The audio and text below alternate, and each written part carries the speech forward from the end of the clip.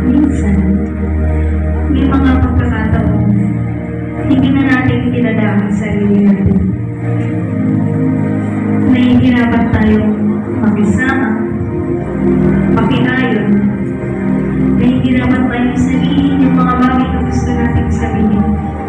Kasi nga, may takot, may kaba, na baka mali tayo. Bel! Halika na! Kaya pa nung ginagawa mo dyan? Aba na, papunta na po.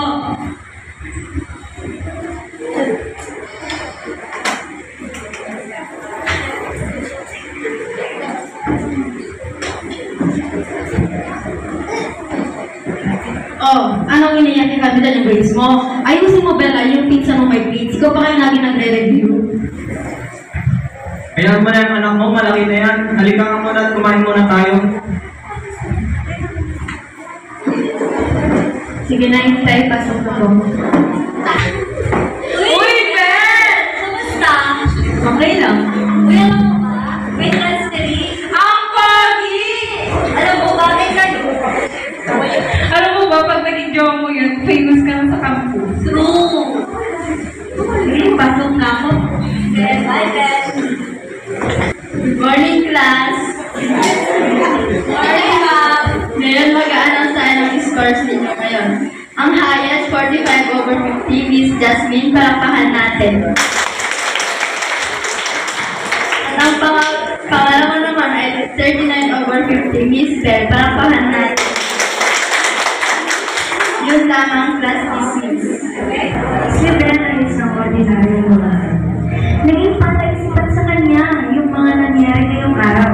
Mula dun sa sinabi ng mga kaibigan niya, tungkol dun sa body, at syempre yung score niya na 39/50. Pakiramdam kasi niya, yung 39/50 ay 0. Kasi hindi naman yun sapat para sa mga magulang niya. Davis, anong pangalan mo? Ako nga pala si Bell. Ako nga rin pala si George. Nice to meet you. Hindi. Kita-kita pa rin ang ganda mo pala. Thank you. Uy, Bell! Kayo na pala. Sinisip lang namin kayo nung nakarana. Hoy, ikaw huwag mo masaktan yung kaibigan namin. Grabe magmahal yan.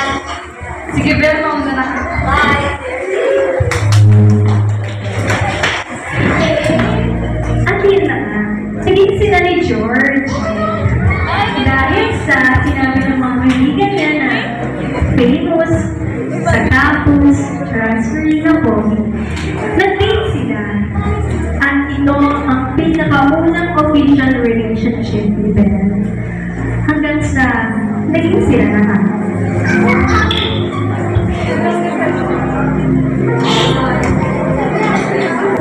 Oh, Bel, anong initinti mo dyan? May boyfriend ka na? Tigilan mo yan, mag-aral ka. Kung ano ang pinaggagawa mo, kung yung mag-aral ka, may future ka, Bel, sa susunod Bakit ganun? Lahat na lang ng bagay, pinagkakalit sa akin. Si George na nga lang nagmamahal sa akin, pinalayo ba na lang?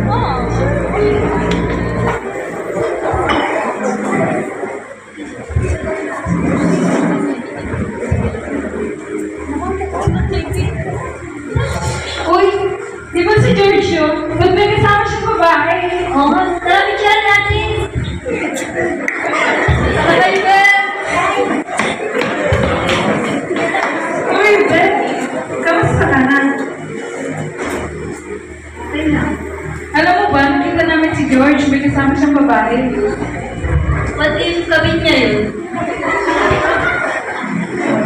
What if sila nga talaga? Anong gagawin mo? Sige, pagod kasi ako ng babae.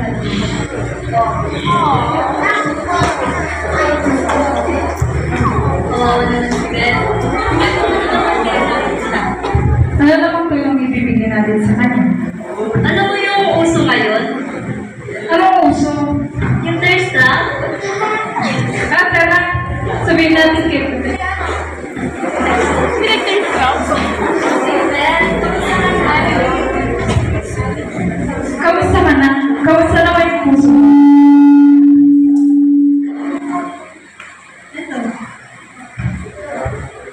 Eto, masakit pa to.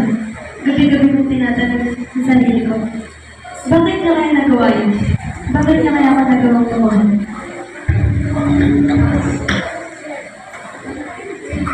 Baka naman hindi niya talaga gustong gawin niya sa'yo. Kaya alam mo ba, may gagawin kami para sa'yo, para na mabalik ka niya. Try ko tayo mag-search na. Malay ko, maganda sa si George. May love ulit. Sure ka bang magagandahan siya? Sure ka bang babalikan niya pag ginawa ko yun? Hindi namin sure, pero try lang natin. Tara sa bagay niya.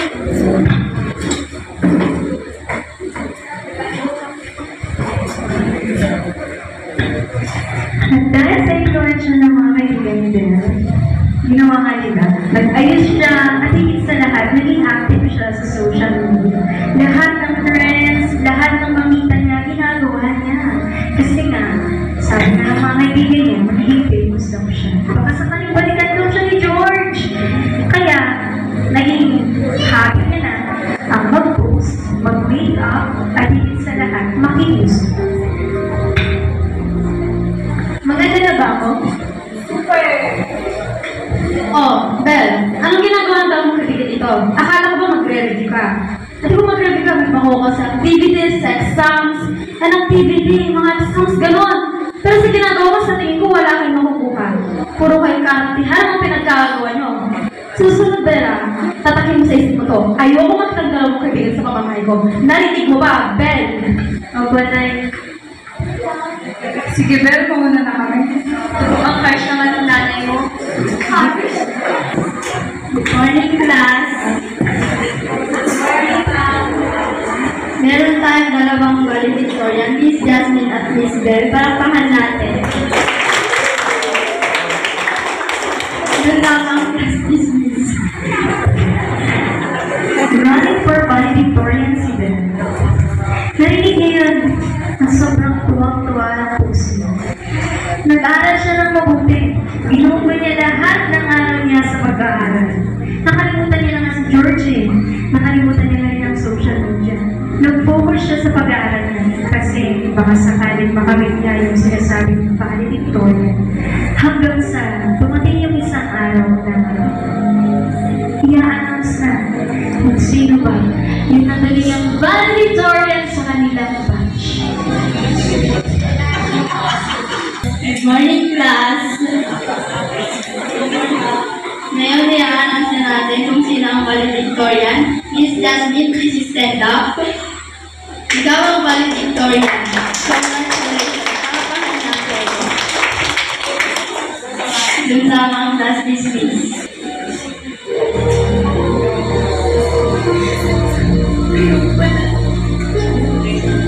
Pagod na ako.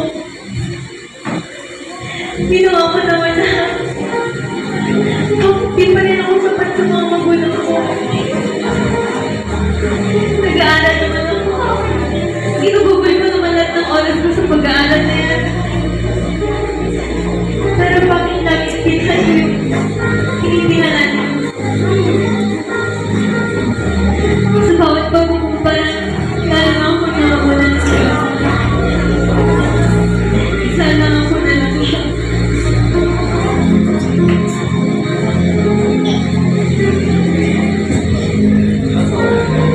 Anak, hindi ko basura. Hindi ka pagkakamali. Hindi ikaw ang pinagsasabihan. Pinili kita. Pinatawad.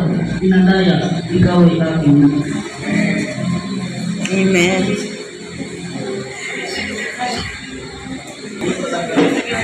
Oy, sister! Mag-church ka sa amin! Marami mga kabataan doon!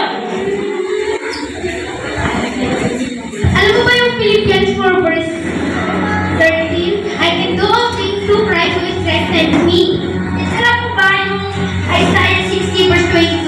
When the time is right, the Lord I will make it happen. Alam mo ba sa Isaiah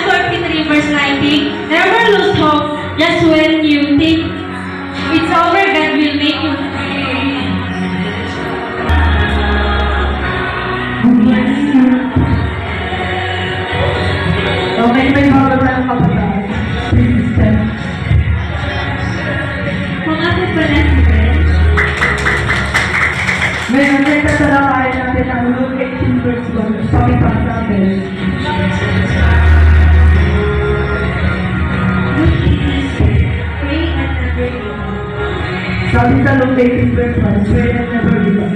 Whatever the talent test, the trial that you are facing, continue to trust Him and pray. Now,